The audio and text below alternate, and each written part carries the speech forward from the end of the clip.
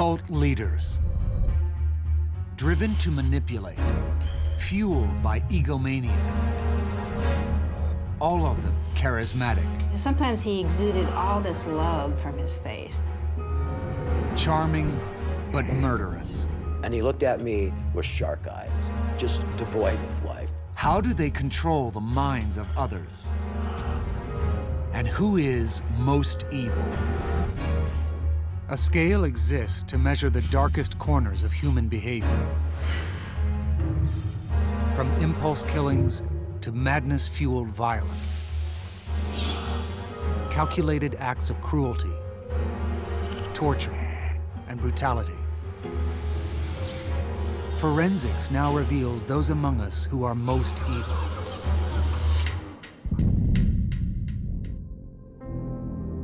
Cult leaders. Driven by narcissism, they want to rule others. In Japan, Shoko Asahara leads the country's brightest minds into mass murder. Adolfo Constanzo uses voodoo and human sacrifice to paralyze his followers. 4 young cult members brutally murder 7 people in Los Angeles. They are followers of Charles Manson. Fueled by an overdeveloped ego, these cult leaders shape their world in their own vision. They manipulate others to perform vicious acts. But where does the evil lie? Dr. Michael Stone of Columbia University has created a scale of evil. There are 22 levels that decode a killer's motive, method, and mind. The more heinous the crime, and the more rational the perpetrator, the higher the criminal is placed on the scale. What can Dr. Stone and his scale reveal about the mind of a cult leader? The scale distinguishes between killers whose minds are overtaken by madness and those who are in control of their actions. To place each leader on his scale, Dr. Stone examines the cruelty of their actions and the evolution of their beliefs. He begins with the case of Shoko Asahara. March 20th, 1995. The morning rush hour in Tokyo, Japan.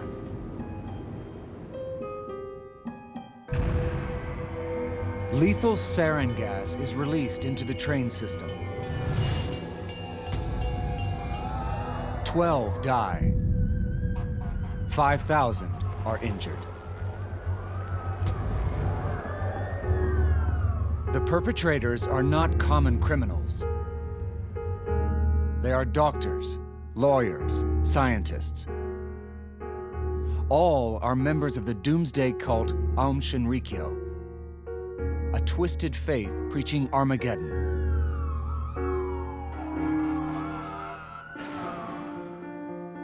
The founder of this religion is Shoko Asahara, an overweight, partially blind, middle-aged former yoga instructor. How has Asahara compelled educated citizens to commit such an evil act?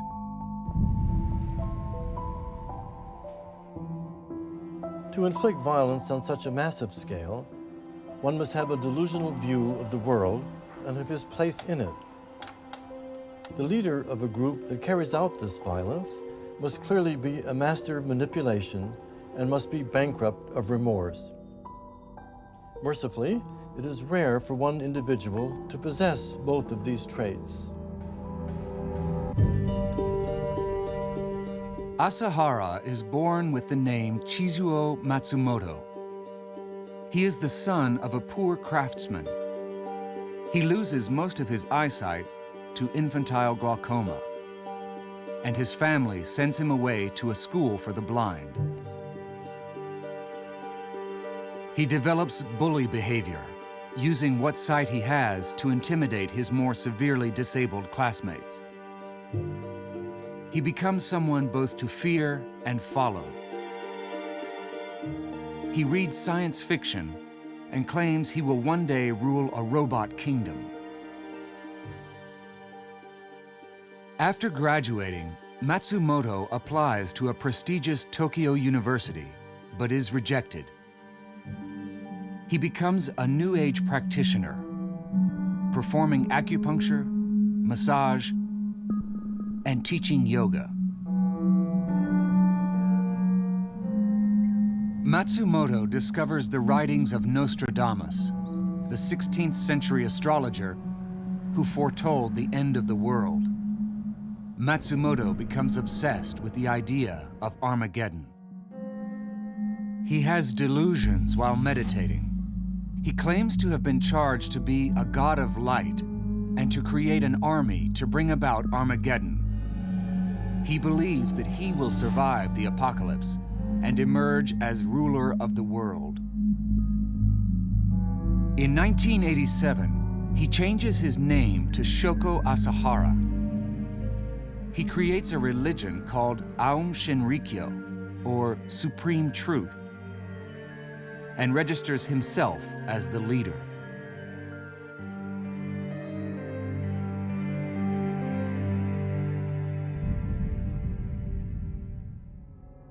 Asahara's visions appear to be the sign of a delusional disorder. The fact that he is a guru, yoga instructor, and therefore already in a position of authority, makes his delusions potentially more harmful to others.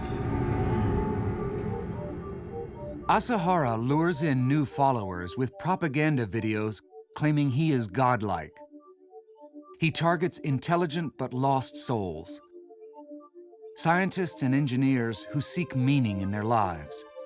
He suggests that if they follow him, they can find the path to salvation in a new world that can only be created with the destruction of this one.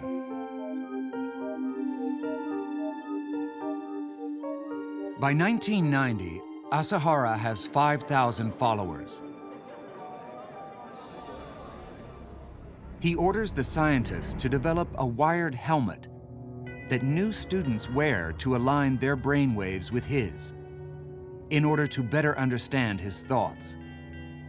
It is called the PSI, Perfect Salvation Initiation. He orders the cult to wear masks of his likeness and to parade them in solidarity. As Asahara's disciples continued to worship him as a god, his ego is inflated and his delusions are intensified, ultimately making him even more dangerous.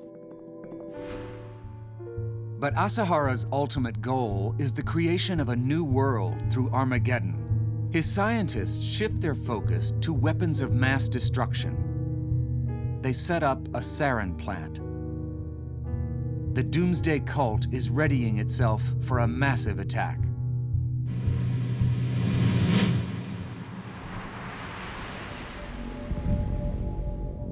(1995).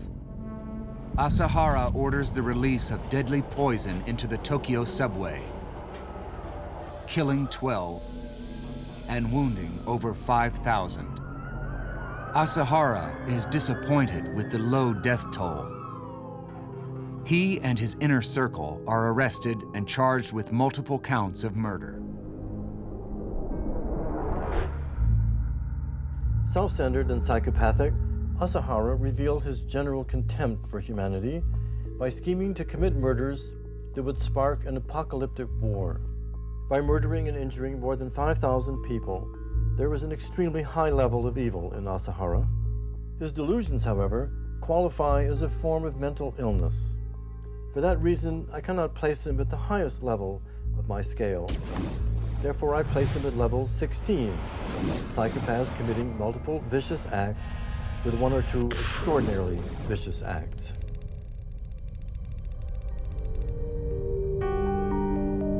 Asahara is sentenced to death and is currently awaiting execution. But what was the cause of Asahara's delusions? And why do many cult leaders believe they have a direct line to the gods? When we return, the science behind a cult leader's mind.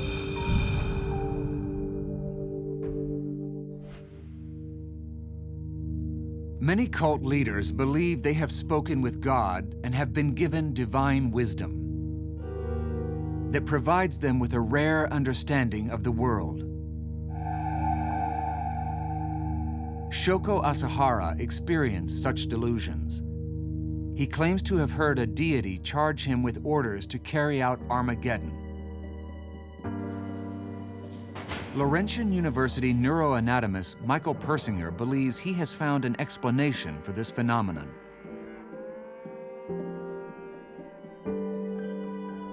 We now realize that all experience comes from brain activity, or even religious experiences are a product of a certain pattern of brain stimulation. Persinger believes that when the brain's temporal lobe, the region responsible for comprehension, is overstimulated by electromagnetic activity, cerebral seizures can develop and lead to delusions. These delusions can cause individuals to believe that they've had an encounter with a god. Persinger claims that he can induce these delusions in healthy test subjects by overstimulating their temporal lobe. He does this by conducting electromagnetic fields into their brains. Using an EEG, Persinger's team can chart this mystical experience as it occurs. Brain activity increases during this time. The common experience is the feeling of knowing, hearing your voice called, your name called, hearing knowledge being given to you. If the person personally identifies them as being God or some other deity, that's the powerful phenomenon that drives individuals.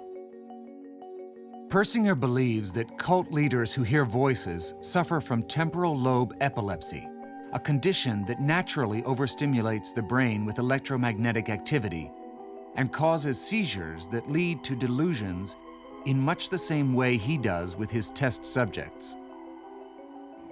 There's a distribution of cult leaders which are convinced that they are doing this by cosmic consent, and almost invariably they have to proselytize. They have to spread the word. Shoko Asahara preached Armageddon. Another delusional cult leader, Adolfo Constanzo, heard the voices of gods urging him to sacrifice humans. April 1989, Matamoros, Mexico. Police exhumed 13 mutilated bodies just miles from the Texas border. One of the victims is American college student Mark Kilroy. His brain has been removed, his legs cut off. Other victims are identified. Each body shows signs of torture. Many have been decapitated. Nearby, police uncover a shed filled with remnants of black magic and human sacrifice. Inside, Mark Kilroy's brain is found stewing in a cauldron called an anganga.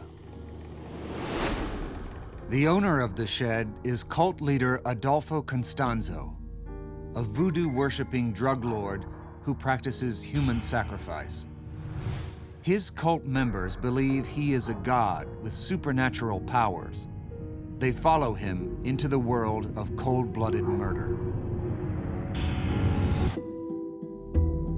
Torture and subjecting the unwilling to human sacrifice are the most extreme forms of violence. These are the acts I consider the most heinous on my scale of evil. But before I can place Constanzo on my scale, I must look at his entire life. Constanzo is born in Miami in 1962. His Cuban mother is a priestess of the African religion Palo Mayombe. She believes that Constanzo is a chosen one, destined for greatness in the world of evil, and she grooms him for this future. At an early age, Constanzo is taught to torture and kill animals. He is praised for having no remorse. At 21, Constanzo is brought to the anganga, a large cauldron filled with the brew of murdered animals. This concludes his training as a Palo Mayombe priest. Learning almost nothing but black magic and animal sacrifice since birth, it is clear that Constanzo's environment played a key role in who he would become. Raised by his mother to believe that he was destined for greatness, Constanzo developed megalomania. Desensitized to inflicting pain and confident in his own supernatural abilities, Constanzo had all the elements of a deadly cult leader. In 1984, Constanzo sets up shop as a Palo Mayombe priest in Mexico City. He quickly gains a following, performing ritualistic cleansings and fortune-tellings. Constanzo becomes a trusted advisor to wealthy drug kingpins. He tells them when it's safe to move their narcotics. They are unaware that Constanzo secretly pays off police for the privileged information. When their profits increase, he is praised for having supernatural powers. They treat him with extreme reverence, believing he is a godlike protector. They become students of his black magic religion and show their devotion by obeying his every command and turning over portions of their drug cartels. Growing rich and powerful, Constanzo quickly becomes more than a priest for hire. He leads his devoted followers into the world of human sacrifice.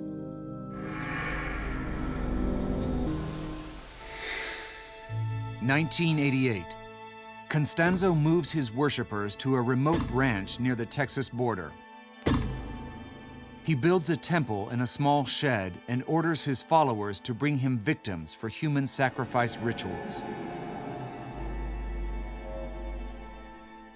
Over the course of 2 years, Constanzo and his cult members brutally sacrificed 13 people in the dank human slaughterhouse.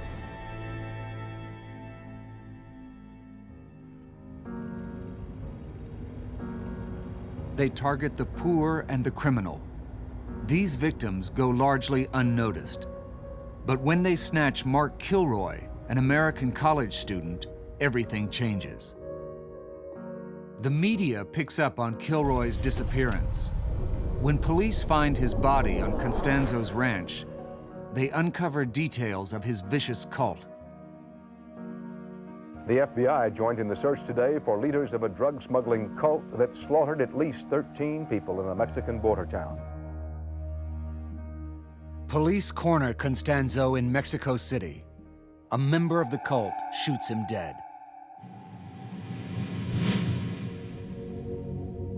Adolfo Constanzo did not simply commit murder. He compelled his followers to bring him victims to use in human sacrifice. The ritualized torture and the degree to which Constanzo enjoyed inflicting pain on his victims before killing them correspond in my scale of evil as some of the most heinous of crimes. For this reason, Adolfo Constanzo scores a 22 on my scale of evil. This is the highest category on the scale. Next, science takes us inside the mind of a cult leader.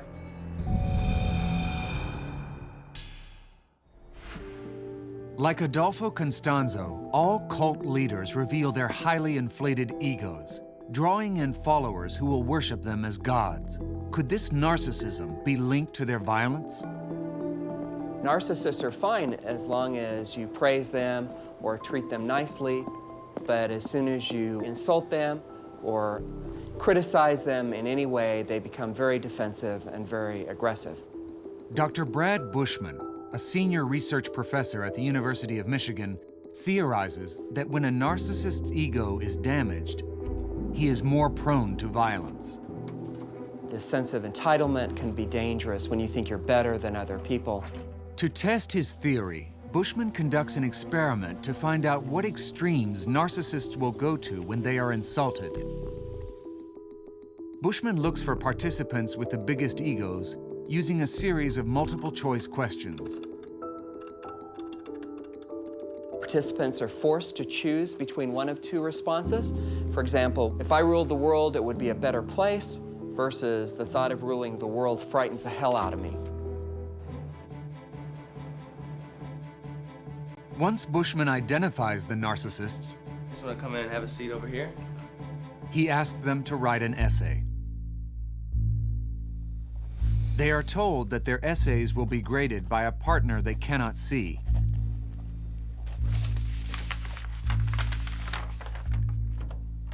In reality, there is no other partner.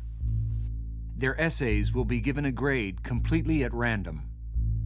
The experimenter then flips a coin. If it's a head, the experimenter writes an A on the paper along with the comment, great essay. If it's a tails, the experimenter writes an F on the essay along with the comment, this is one of the worst essays I've ever read. Okay, here's your partner's evaluation of your essay. How will the narcissist react to a bad grade in comparison to the control group? To find out, Bushman gives all the participants that received an F an opportunity to confront the person they believe graded their exam.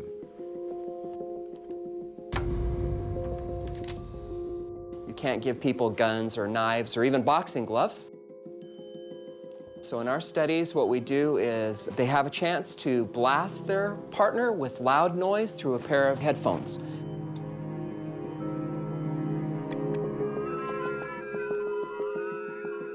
And they get to choose the level of noise, as well as how long their partner suffers.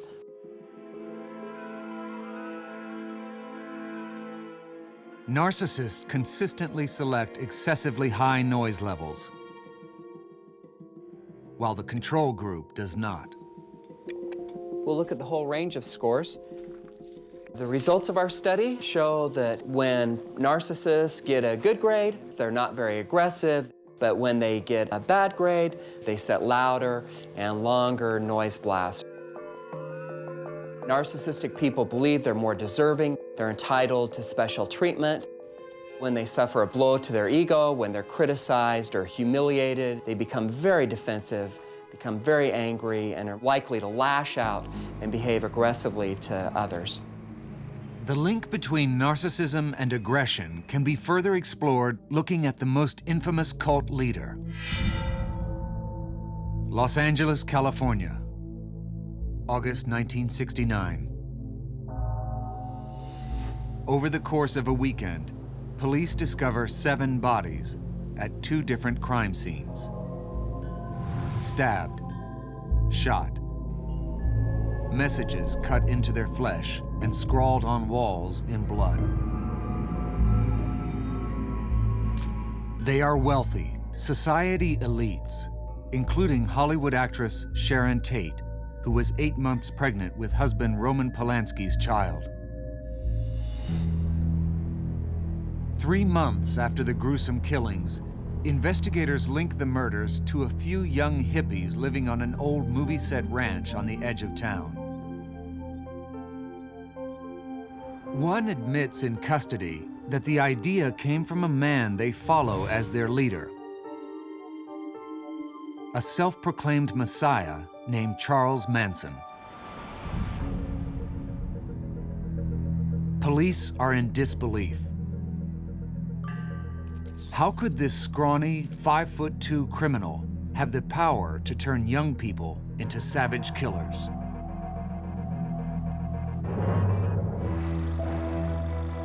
Charles Manson is the perfect prototype of a brutal cult leader. He manipulates his followers to commit his violent crimes for him. When ordering members of his cults to kill, he asserts his power and his control, satisfying his megalomania. The pain and death that his victims suffer is evidence of his hatred towards society.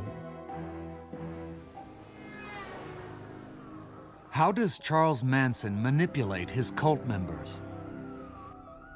Dr. Michael Stone is on his way to meet Catherine Scher, a one-time member of the Manson family. Catherine Scher did not take part in the murders, yet she did live with him on the ranch and I'm hoping she will give us rare insight into the mind of a cult leader who convinced his followers to commit murder for him as acts of devotion. So what do you think it was about him that conferred that power as you think back?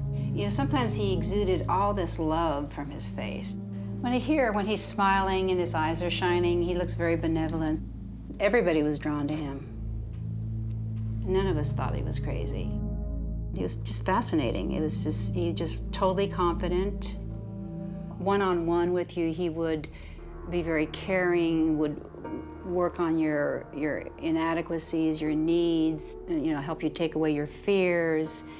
Every night he would talk about what your parents did to you and that they were all wrong and you were the bright ones, and he just knew what people needed. He drew all our need out and he became everything that we wanted. Did he think of himself as godlike in some way, or a special being? He never had to say so. He was real good at letting you come to that conclusion. Mm-hmm. He was really good into subliminal messages, talking about one thing and slipping in another. He must be Christ, he must be Christ, he must be Christ. Yeah. Mostly, I thought he was a prophet. I thought that he heard from God, and God spoke through him. That's what I thought. How was Manson so convincing? Why do Manson's followers believe he is godlike? When we return. Charles Manson is an extreme narcissist. To understand better how he develops into a manipulative and evil cult leader, I need first to look into his childhood. Cincinnati, Ohio, 1934. Charles Manson begins his life as an unwanted pregnancy. He never knows his biological father. He gets the name Manson from a man who only briefly marries his troubled 16-year-old runaway mother. During his childhood, his mother often disappears for days or weeks at a time. Once, she trades him to a waitress for a pitcher of beer.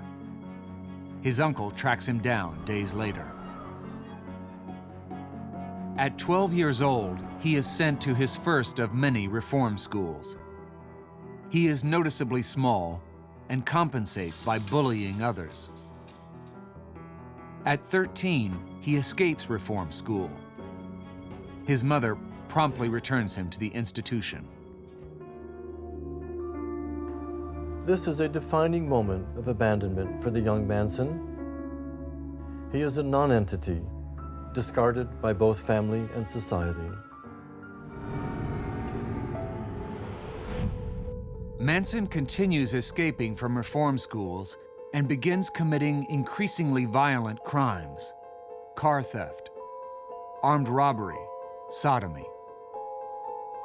He spends 2 years in prison, then becomes a pimp, convincing girlfriends to turn tricks for him and scamming other women out of money.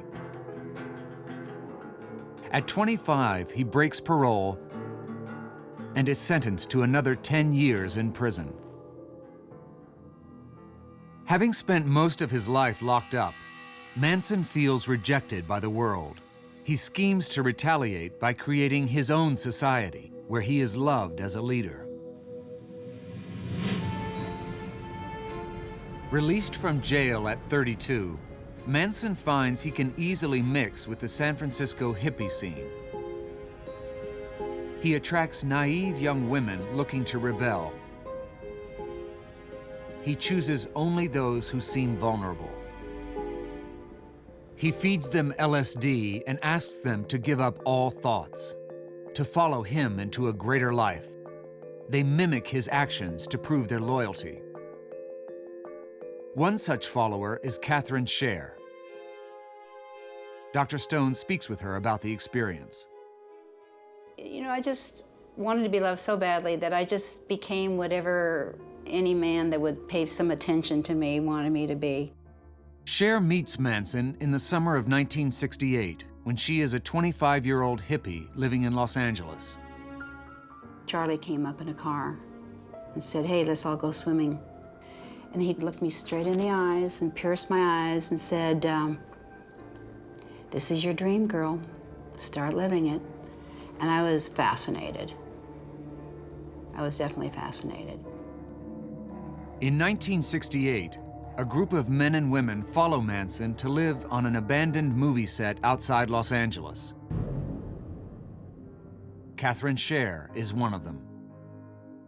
When you isolate someone or a group of people, there's no newspapers, there's no television, there's no parents, there's no family.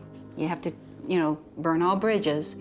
He becomes, the newscaster, the prophet, the, father, mother, everything. It was never a discussion. There was no discussions going on. It was us soaking up, almost like little birds with their mouths open, tell us more, feed us.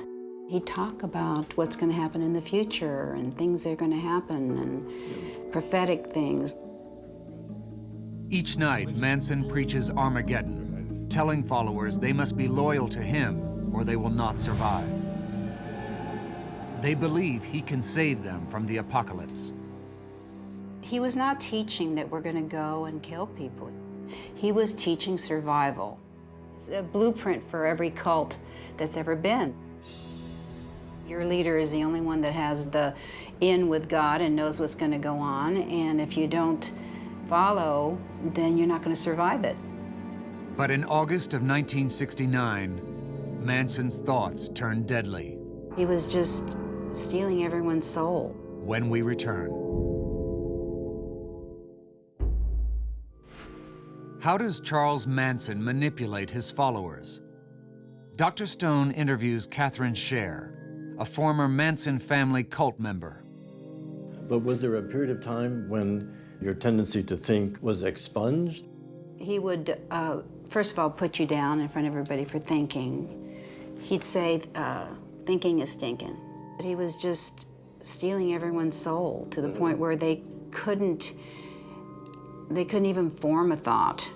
When mind control doesn't work, Manson turns to violence for control. Catherine, known in the camp as Gypsy, is called to meet with Manson and another follower named Clem. And he looked at Clem and says, Clem, would you do anything for me? And Clem said, sure, I would. So this is what I want you to do. If Gypsy tries to leave, I want you to hunt her down, find her, tie her behind a car, and drag her. Don't kill her, just drag her all the way back to Spawn Ranch, slowly. Would you do that for me, brother? And Clem grinned and said, sure. Then he looked at me and said, Gypsy, are you going anywhere? And I said, no. In August of 1969, Manson proves his power as a cult leader. He asks 4 followers to commit the ultimate act of devotion. After arming them with knives, he sends them into strangers' homes. Their orders are to prove their loyalty. He tells them, if you're going to do something, leave something witchy. They take that to mean bloody slaughter. 7 people are murdered. Catherine Scher is convinced that her fellow cult members were so deep under Manson's spell that they had no idea what they were doing. I do not believe they had any knowledge of what they were about to do or where they were going to go. Until the last moment. Until they walked onto the... They were so programmed by then to do exactly what they were told. Brainwashed and Just under the control. brainwashed completely, Yeah. to the point where they had no will of their own left. When Manson and his cult members are captured, a media frenzy ensues. The nation is bewildered by the young women who worship this small, crazy-eyed criminal. Catherine Scher remains loyal to Manson throughout the trial and protests his incarceration. How can you say that there's no question of his innocence unless you were with him at the time and it was somewhere else? Well, the newspapers now are dropping the word alleged. I can say anything I want to say. She openly displays her loyalty with bizarre acts of devotion. This was a crawl that we made. He gave us acid and said he wanted us to do that. And we crawled on our hands and knees all the way from the Sunset Strip to the courthouse. And I didn't think anybody took pictures of it. Very short hair. there I To am. be the meaning of that. To show the devotion that we had to Charles Manson. It took years for Catherine Scher to break out of Manson's control. But now, at 64, she no longer calls him her leader. My eyes started opening and I started seeing that he was a user, and he was a liar, and he was a coward. Manson has come to represent most people's picture of evil, but he himself does not commit the acts of torture and violence necessary to reach the highest level of my scale. Manson's evil acts come in the form of manipulation and control of the people who commit the murders. Because he never actually kills the victims in the Tate LaBianca case, but only influences others to do so, I place him near the top of my scale, but not at the top. Charles Manson is a psychopathic murderer with a narcissistic compulsion to be worshipped. He ranks at level 15 on my scale of evil. California abolishes the death penalty in 1972, and the Manson family's sentences are commuted to life in prison. But Manson, now in his 70s, still manages to attract the desperate and naive, an icon for hate groups and the morally bankrupt. The spell broken, Catherine Scher has given us a first-hand account of how a cult leader, like Charles Manson, can shepherd an entire community into acts of violence. Cult leader Jim Jones manipulates followers into mass suicide. When we return. Cult leaders prey on the unsuspecting, vulnerable seeker and exploit their innermost needs. Charles Manson's followers proved their devotion by committing murder. But will brainwashed cult members go further? Will they kill themselves? November 18th, 1978, Guyana, South America. 909 American citizens lie dead in the rainforest. They are members of the People's Temple, a San Francisco-based church. Their leader is Jim Jones, a Christian minister turned political socialist. Why do you keep playing with that which men call God and we call socialism incarnate? I'm a liberator, I'm a savior. The cult moves to Guyana to create a utopia.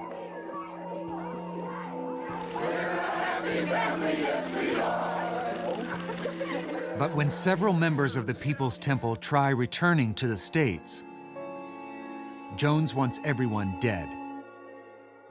He orders all members to kill themselves by drinking cyanide. 909 people die. Did he become a leader so respected that all his followers would take their own lives? For answers, Dr. Stone turns to Tim Carter, one of only 4 people who left Jonestown alive.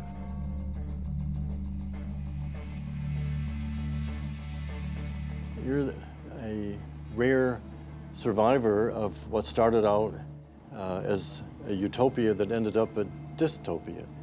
Let's begin with Jones ordering everyone into the pavilion. The sky turned black, and on my life, I am telling the truth. It literally felt like evil itself flew into Jonestown. Carter maintains what took place on that dark day was not exclusively suicide. It was also murder. Number one, children don't commit suicide. In terms of children and seniors and the number of people that were injected were over 600 people. How many people drank poison because they thought that what Jones was saying was the truth? You know, I think this is a much smaller number. Even though it should have been absolutely obvious to me what was going on, it wasn't, because the part of me was going, no, this can't be happening. This isn't real. This doesn't make any sense. This doesn't compute on any level. You do not kill everybody because some people wanted to leave this community. Carter attempts to outwit Jones and save his family, including his wife and 15-month-old son, Malcolm. But he is too late.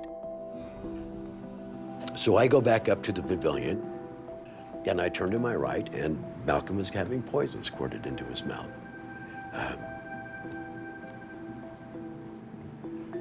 There were screams of horror. There were screams of agony. You know, Jones even confirms it on the tape. For God's sakes, let's get on with it. We've lived as no other people have lived and loved. We've had as much of this world as you're going to get. Let's just be done with it. Let's be done with the agony of it. The look on Gloria's face, with tears streaming down her face, was trapped. Trapped.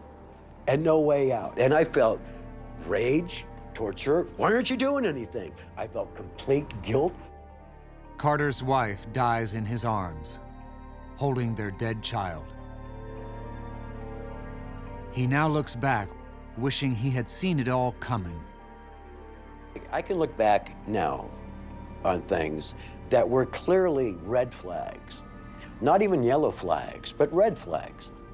And I chose to rationalize and ignore those red flags, which is very painful for me to live with. Very much so. Jim Jones takes his own life that day. His legacy, Jonestown, is the world's largest cult-related massacre. The death toll of 909 is proof of how dangerous the mind of a cult leader can be.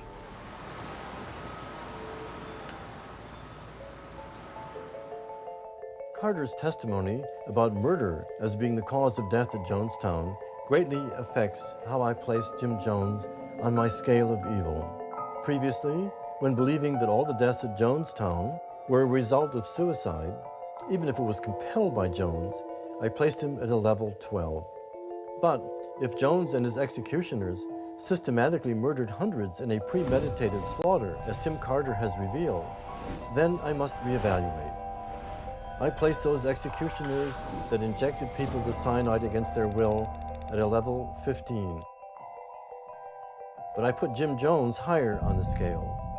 Like Manson and Asahara, Jones seems not to have physically killed anyone himself, but the hundreds of deaths that he encouraged assigns him a greater responsibility. As the cold-blooded designer of this mass death scene that took the lives of more than 900 people, Jim Jones falls at the top of my scale at a 22.